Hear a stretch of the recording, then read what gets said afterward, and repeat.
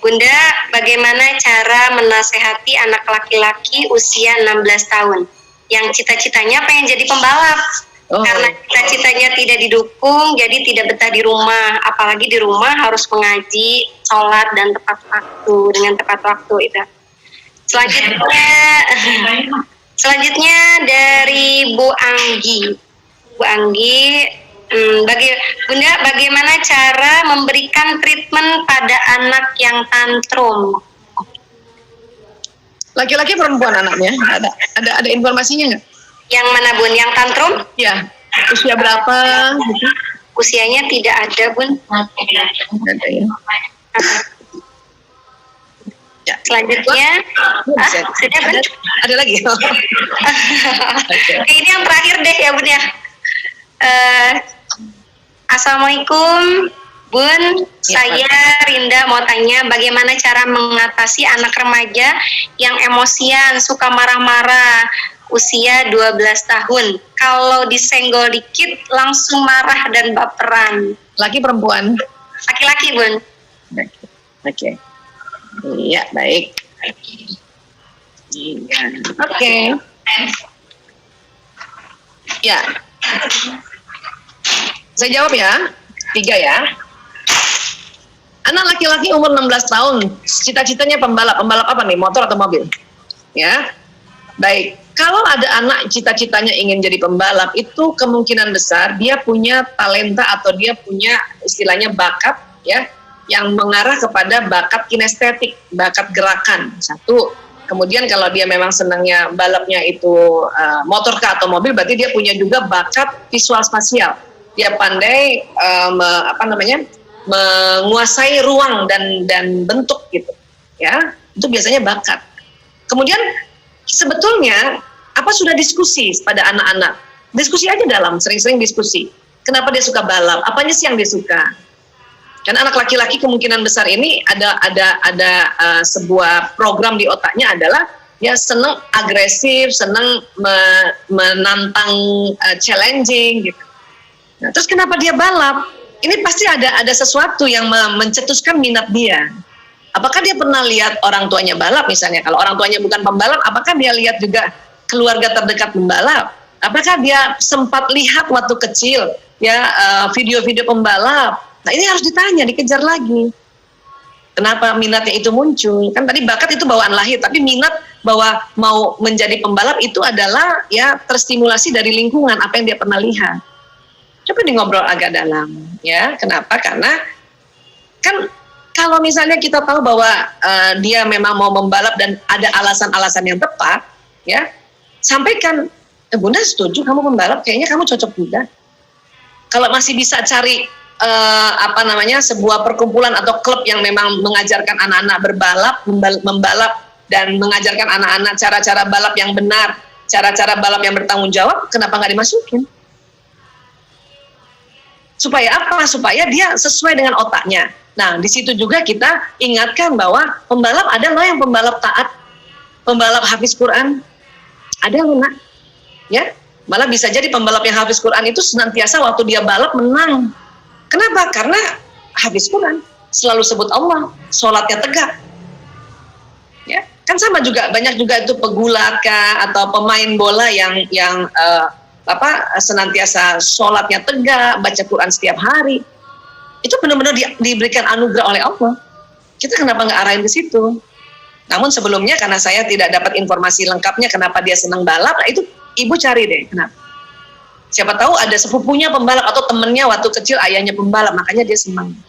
Ya, diskusi aja. Dan sebisanya masukkan klub yang benar. Kenapa? Karena kan nanti diajarkan, kamu 16 tahun belum punya SIM, belum boleh bawa kendaraan, belum boleh. Itu masukin aja sekalian gitu. Ya, oke. Dan kemudian bagaimana mengatasi anak tantrum? Ini tantrumnya setiap hari kah atau cuma sebulan sekali? Atau tantrumnya ada pencetus? Itu harus diperhatikan.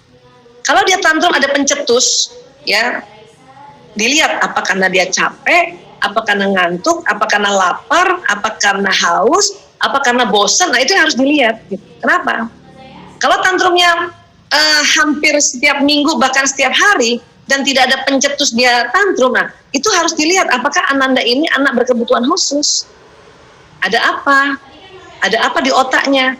Apakah sudah dicoba dicari tahu lewat konsultasi dengan dokter saraf anak?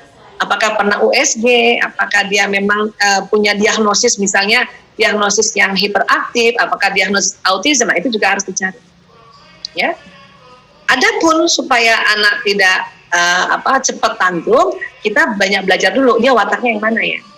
Satu, kedua, senantiasa kalau anak itu udah mulai bunda, nah itu perhatikan baik-baik. Periksa, demam nggak ya? Udah makan nak? Ngantuk ya? Ya. Lagi nggak enak perasaan ya? Nah, itu ajarin kayak gitu. Dan kita juga sebelum dia tantrum harus udah antisipasi apanya sih yang bikin tantrum. Ya bunda, aku bosan banget di luar terus, saya kita pulang. Oh ya kita pulang, yuk pulang. Udah, pulang. Bunda aku lapar, kata bundanya. Bentar, bunda sebentar lagi nih. Ya bunda lagi masih ada seminar ya. Bentar. Itu yang keliru. Udah tahu anaknya bilang lapar, kita makan yuk. Udah ajak makan. Apalagi anak laki-laki tuh nggak tahan lapar, ya. Perempuan apalagi ibu-ibu tahan lapar pun. Laki-laki nggak tahan lapar, ya. Jadi sekali lagi coba lihat berapa kali frekuensi dia tantrum ya. Terus remaja, emosian, umur 12 tahun laki-laki, ya itu mungkin wataknya suka ngatur nih bun. Satu, kedua, ya pada saat anak laki-laki sudah akil balik, ada waktu-waktu 3 minggu sekali, 2 minggu sekali itu hormon testosteronnya lagi meningkat di dalam otaknya dan di dalam seluruh tubuhnya.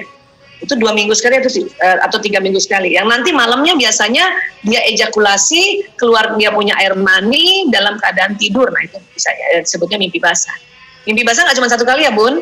Mimpi basah pertama mungkin dia umur 10 tahun ya, pas bulan Januari. Nah Januari 2020 misalnya mimpi basah pertama tanggal 1. Nah setelah tanggal 1 3 pekan sekali atau 2 pekan sekali mimpi basah lagi. Nah pada saat memimpi basah testosteron meningkat, anak laki-laki agresif. Bunda tekan mau ngamuk dia. Ditambah lagi wataknya yang memang hasrat mengatur. Ini yang harus kita pahami. Sehingga sekali lagi kalau dia anak laki, bunda mau ajak bicara, ajak makan. Kalau ini anaknya perempuan, apalagi sudah menstruasi, ya tolong harus tahu siklus menstruasi anak perempuan. Pantang nasihati anak perempuan dalam keadaan premenstruasi sindrom. Ya, atau lagi mens hari pertama sampai ke-5, bunda tahan mulutnya, nggak usah kritik dia, nggak usah kasih masukan, nggak usah kasih arahan, sabar. Sampai kapan? Nanti pas masa subur. Kapan masa subur itu Bu Aisyah? Ya, kurang lebih aja nih, harusnya kita hitung benar-benar dia siklus yang berapa hari. Ya, pas masa subur itu ya sudah hari ke-10 setelah mens hari pertama, itu sudah masa subur.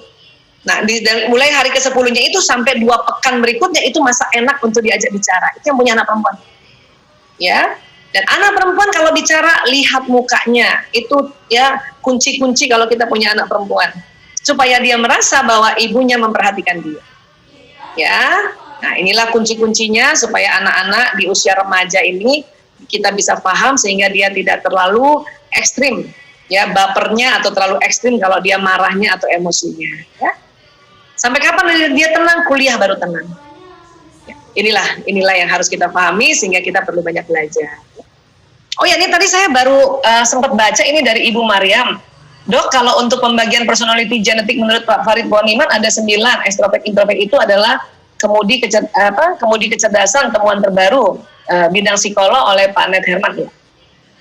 Itu sebetulnya ya Pak, saya kan pernah ketemu Pak Farid Boniman, udah ngobrol juga panjang lebar. Itu tetap basicnya adalah 4 dasar tadi. Basicnya 3 dasar dulu, ekstrovert, introvert, ambivert. Kemudian terpecah dari 4 bagian itu. 4 bagian itu aja watak ada misalnya koleris sanguinis koleris itu udah 2. Melankolis flekmatis melankolis sudah 4. Terus yang ambivert atas bawah, ya koleris melankolis koleris, ya. Kemudian flekmatis sanguinis flekmatis udah 8. Cuman ya teknik yang biasanya saya sampaikan itu adalah teknik populer yang gampang difahami. Ya, kalau teman-teman misalnya Pak Farid Boniman dan timnya mau mendeteksi watak dengan sidik jari lebih detail ya itu silakan. Tapi harus pakai sidik jari kan? Nah gitu. Kalau tadi yang saya sampaikan adalah teknik yang simple, populer, dan itu dipakai juga di dunia. Ya, untuk apa? Untuk kita tahu kira-kira nih mana dulu nih pembagian tiga besarnya mana, yang mana, terus hasratnya apa. Itu lebih gampang kalau untuk kita orang awam. Ya, itu saja kadang-kadang orang ibu-ibu harus belajar lagi. Ya, jadi apapun teknik yang untuk mengetahui personality itu silakan aja. Ya, boleh saja. Tapi yang saya sampaikan adalah teknik yang populer, yang mudah, dan ini juga standar internasional. Ya, oke, baik. Terima kasih banyak, Mbak. Mana Mbak Umum? Halo, Pak Jani. Iya, Ya, oke.